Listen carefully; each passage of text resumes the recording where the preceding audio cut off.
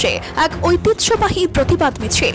এবারে দিল্লি কৃষক আন্দোলনের সমর্থনে এবং কেন্দ্রীয় সরকারের আইন বিরোধী কৃষি বিল প্রত্যাহারের দাবিতে অল ইন্ডিয়া মাইনরিটি অ্যাসোসিয়েশন তথা আইমার পক্ষ থেকে বর্ণাঢ্য বিশাল বাইক মিছিল।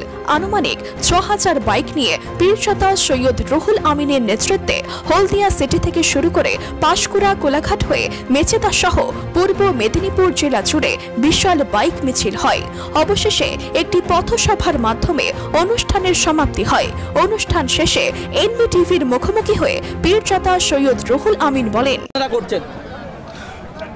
কেন বিরোধিতা করব না এটাই প্রশ্ন হওয়া উচিত। কারণ কৃষি বিল ভারতীয় সংবিধানের বিরুদ্ধে যেমন গেছে, তেমনি সংখ্যালঘু নয়, সংখ্যাগুরু নয়, পুরো ভারতবর্ষের যত চাষি আছে তাদের স্বার্থকে ধ্বংস করে কিছু নির্দিষ্ট কর্পোরেট জগতের ব্যবসায়ী যারা গুদামজাত করতে পারবে, যারা লক্ষ কোটি টাকার মালিক, তাদেরকে আরও আরবপতি বানিয়ে দেওয়ার পরিকল্পনাতে মোদী সরকার এই বিল এনেছে।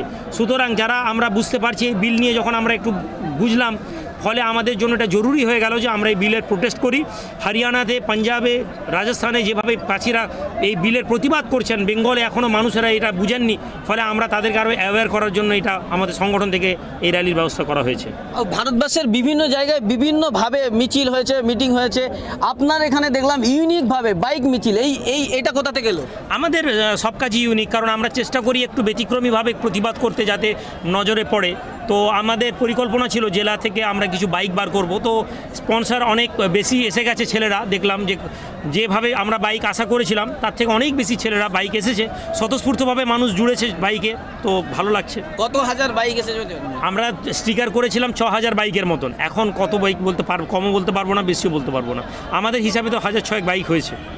আপনার বক্তব্য থেকে শুনলাম যে এই মিটিংয়ে আপনাদের এই মিছিলে অনেকে বানচাল করার চেষ্টা করেছেন, বিভিন্নভাবে বাধাপ্রাপ্ত করেছে, প্রশাসনিকভাবে অসহযোগিতা। কেন এরকম? না, প্রশাসনিকভাবে অসহযোগিতা আমি মনে করি না, কারণ প্রশাসন কিছু কিছু জায়গায় ব্যারিকেড সরিয়ে দিয়েছে, কিছু কিছু জায়গায় ব্যারিকেড তারা সরায়নি। ফলে আমার মনে হয়েছে হয় তারা এটা ভুলে করেছে। যদি তারা অসহযোগিতা করতো পুরোটাই ব্যারিকেড থাকতো।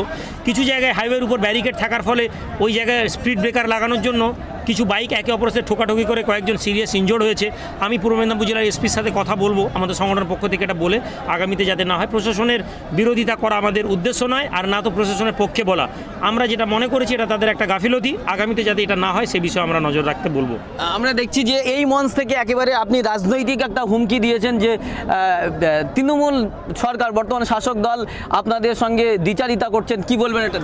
না, তৃণমূল সরকার দ্বিচারিতা তো করছে, কারণ তৃণমূল সরকার নিজে এখন সিদ্ধান্ত নিতে পারছে না সংখ্যালঘু মানুষদেরকে তারা প্রকাশ্যে সমর্থন করবে না করবে, কেননা একটা বৃহত্তর হিন্দু সমাজ বিজেপির দিকে চলে গিয়েছে। ফলে সরকার যদি প্রকাশ্যে এখন মুসলিমদের সম্পর্কে কিছু বলে, তাহলে বিজেপির এই তাস খেলতে সুবিধা হবে যে এরা মুসলিম তোষণ করছে। আবার এটাও সরকার জানে যে মুসলিমরা ছাড়া বিজেপির তৃণমূলের ক্ষমতা আসা কোনোভাবে সম্ভব নয়। ফলে আমরা চাইছি যে এই জায়গায় একটা ফেয়ার ইলেকশন হোক, যেখানে মাইনরিটিদের কিছু ডেলিগেটস, কিছু এমপি এমএলএ তৈরি হোক। এজন্য আমাদের একটা ডিমান্ড আছে যে আমরা তৈরি করতে পারি আমাদের এমএলএ, যদি আমাদের যেখানে সংখ্যাগুরু মানুষের ডিমান্ড আছে। ফলে সরকারের কাছে একটা অ্যাপিল আছে এটা আমাদের। মঞ্চ থেকে একেবারে সরাসরি আপনি বার্তা দিয়েছেন যে আপনার এখানে কয়েকজন নেতৃত্ব রয়েছেন যাদেরকে আপনি এমএলএ হিসেবে দেখতে চাইছেন। তাদের নাম দিয়ে বলেছি, দৃষ্টান্ত হিসেবে বলেছি, তারা কেউ এমএলএ প্রজেক্ট হবেন বলে আমার মনে হয় না, বা হলেও হতে পারেন। আমি বলেছি এরকম ফেয়ার মানুষ যারা সমাজের মধ্যে যাদেরকে গ্রহণযোগ্যতা আছে, যারা স্কুল শিক্ষক, যারা প্রফেসর, এদেরকে আমাদেরকে এমএলএ করতে হবে। না তারা মুসলিম, না তারা হিন্দু, তাদের কোনো আইডেন্টি না, তাদের কর্মের দ্বারা তাদের আইডেন্টি হয়েছে। প্রফেসর তিমির বরণ সিনহা, আমার ক্ষমতা থাকলে আমি তাকে এমএলএ প্রজেক্ট করব, কেননা তার মতন একজন এডুকেটেড লোক সংবিধানে গেলে দেশের উন্নতি হবে। মাজেদ সাহেবের মতন একটা লোক যে ফাইন্যান্সিয়াল দিক দিয়ে স্ট্রং, তাহলে সেই লোকটা গেলে চুরি করবে না। ফলে এইরকম ধরনের যাদেরকে আমাদেরকে সরকারকে প্রজেক্ট করতে হবে, এমন মানুষদেরকে যারা এই সমস্ত জায়গায়, এখন টিএমসিতে কিছু মানুষ তো ঢুকছে শুধু চুরি করার জন্য। ফলে এই জায়গায় দাঁড়িয়ে ভালো প্রজেক্ট করার জন্য আমাদের একটা দৃষ্টান্ত হিসেবে এদের নাম বলা।